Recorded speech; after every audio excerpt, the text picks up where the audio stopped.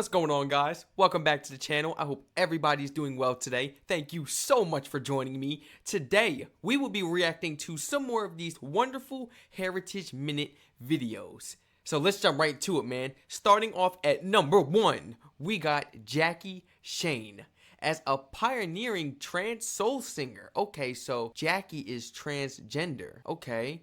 As a pioneering trans soul singer in the 1960s, Jackie Shane's unapologetic and authentic presence in Toronto contributed to the local R&B music scene and made her an enduring queer icon in Canada. This Heritage Minute celebrates the iconic soul singer Jackie Shane.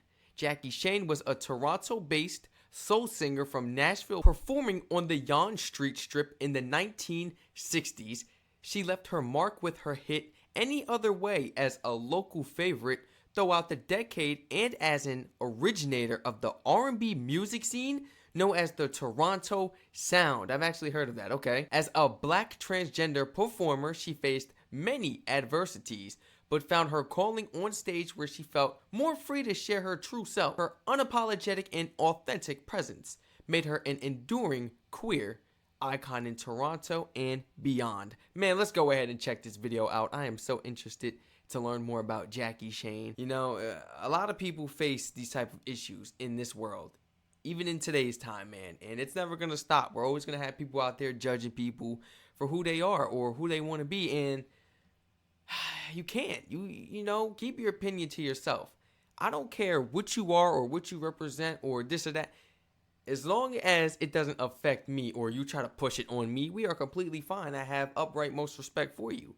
And that's how it should be for all human beings. I mean, oh man, some people just get outrageous with it. I'm like, all right. Long way from Nashville, and mama, I tell you that. Performed from Montreal to Boston to Los Angeles.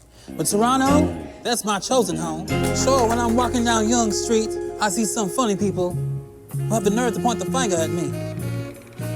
And grin and smile and whisper.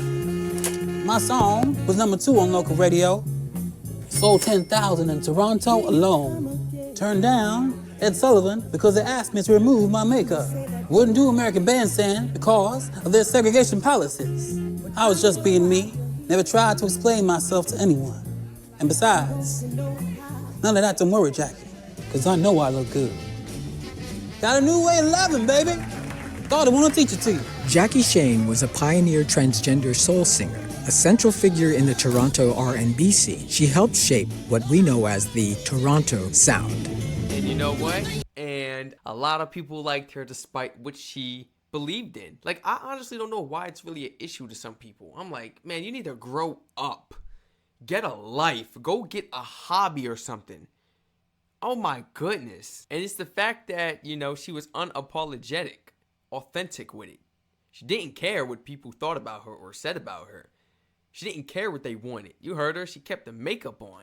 She kept that makeup on. She don't care. Regardless if it's meant for you, it's meant for you. Nobody on this earth can stop what is in store for you towards your future at all. Nobody can stop your destiny or your calling in this world at all. It is literally impossible. You yourself would have to mess that opportunity up for yourself. Literally. So the message that people should take from this is to ignore what people say or think about you. Who cares? You know, be creative if you want. Who cares if they call you weird? You know, wear what you want. Who cares if they say that's not for you to wear? Do what you want. Speak how you want to. Who is to tell you that you can't do that? It doesn't make sense. Everybody in this world, all human beings are formed from all different aspects of other human beings. They just like different traits or the way they dress or the way they talk or even, you know, slang or certain words they say, they take it from them. Everybody takes something from a human being in that they like and they put it within themselves, if that makes sense. And nobody is original. Like, everybody has had to take from something before in order to create who they are today. So let's stop judging, acting like you was the original and you ain't like nobody. Stop that, man. Please. Oh my goodness. It's just disgusting. Let's go ahead and jump into number 2, man. I don't like people like that, you know? Very judgmental. So coming in at number 2, we got Vancouver Asahi From 1914 to 1941, the Vancouver Asahi were one of city's most dominant amateur baseball teams, winning multiple league titles in Vancouver and along the northwest coast. Let's go ahead and check it out, man. I'm not too much of a baseball fan, but I do know that this video right here is going to be pure entertainment. I'm interested to see what this video is about, you know? Hopefully they show us some clips of them playing baseball, you know?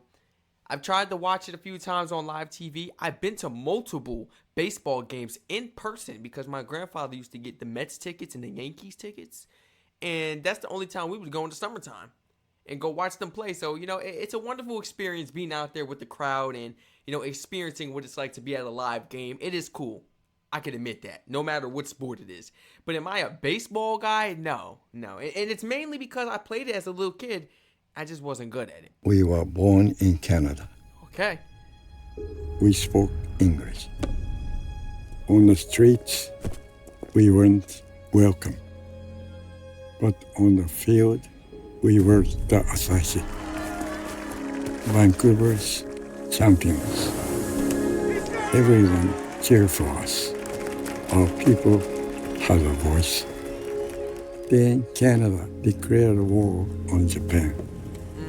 They took us from our homes, called us enemies, forced us into camps. Oh. But we brought the game with us.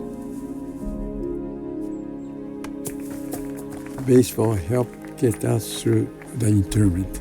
The Vancouver Asahi were among the 22,000 Japanese Canadians interned during the Second World War. The team never played another game. What? They never played another game. They were captured and taken into camps. Kind of inspiring at the same time because the message I'm taking from this is, look, never give up what you love, no matter the circumstances. Nobody can stop what you like or what's for you. So they brought the game with them. They never played another game again, but they most likely played with each other maybe? Or maybe not. Were they even... Oh, wait. Were they really allowed to play baseball within these camps? Or were they strict on that?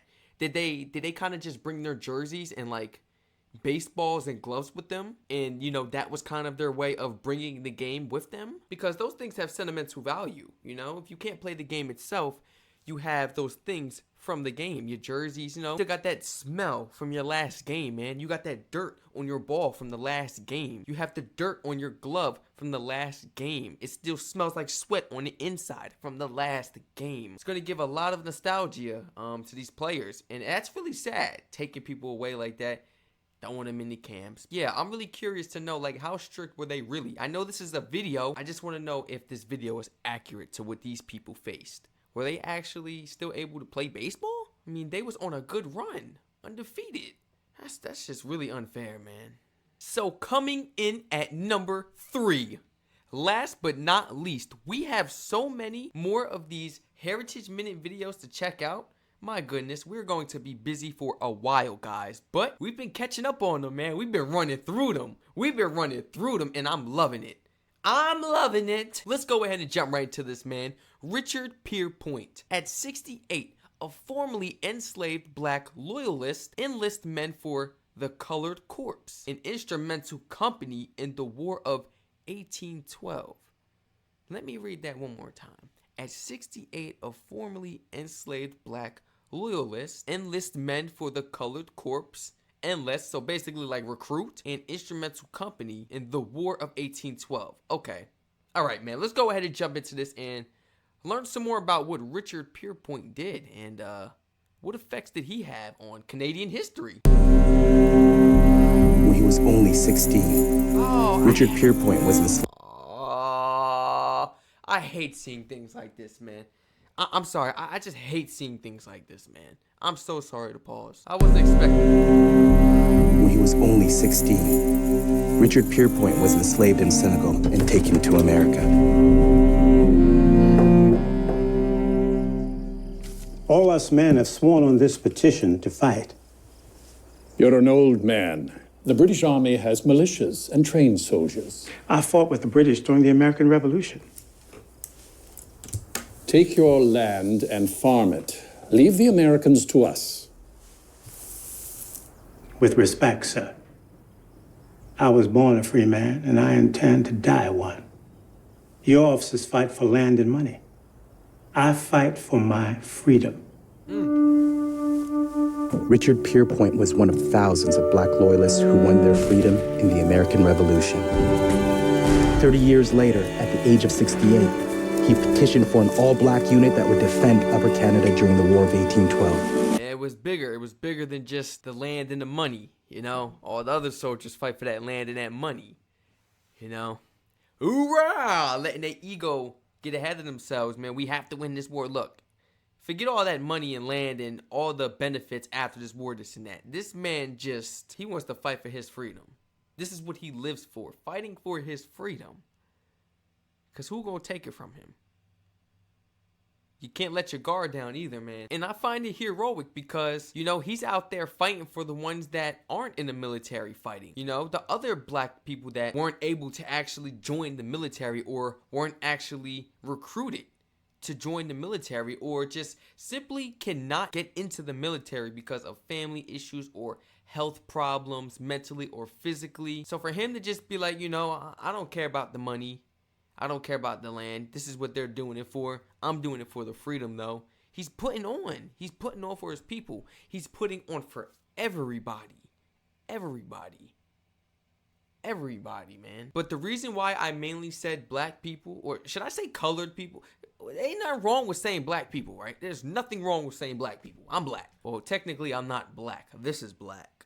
I'm like an almond brown. But the reason why I only referred to the blacks was because he was enslaved. He was enslaved at a young age and ended up being free by an older age. It sucks. Like if you look in the video clip, it showed him getting enslaved at such a young age. And then it showed him still behind that bar at the age 68. Oh my goodness. And I don't know if that was the actual time he got, you know, released from slavery or was actually free, because maybe it could have been a younger age. But throughout the video, he said that he was a free man from the day he came in this world, which is true. And how ironic, because of the fact that he was actually thrown into slavery. I noticed that. And he technically was a free man. Nobody in this world ever had the authority to capture people and enslave them. Whoever gave people that authority? People just made their own rules. This world was rambunctious, man. Thank you so much, everyone, for joining me today to check out some of these amazing, fabulous Heritage Minute videos. If you guys enjoyed these videos just as much as myself, feel free to like, comment, subscribe, and turn all post notifications on. Please feel free to share this video and channel to your friends and family members, and continue to flood my comment section and suggestion link in the description down below if you would like to recommend some more of these informational, educational videos for us to check out, just like how we did today, man. Everybody, please let me know in the comment section down below, what did you think about these Heritage Minute videos, and how do you feel about them? What did you learn from these videos that you actually weren't aware about? Please feel free to educate me on any information or facts from all three of these Heritage Minute videos we checked out today, on any information that was not included or any information that you would like me to be aware about. Once again, thank you so much, ladies and gentlemen, for joining me today to check out these wonderful Heritage Minute videos. The support truly means a lot to me. I hope you all stay safe, enjoy the weather in your beautiful country, and I hope to catch you all in the next reaction video.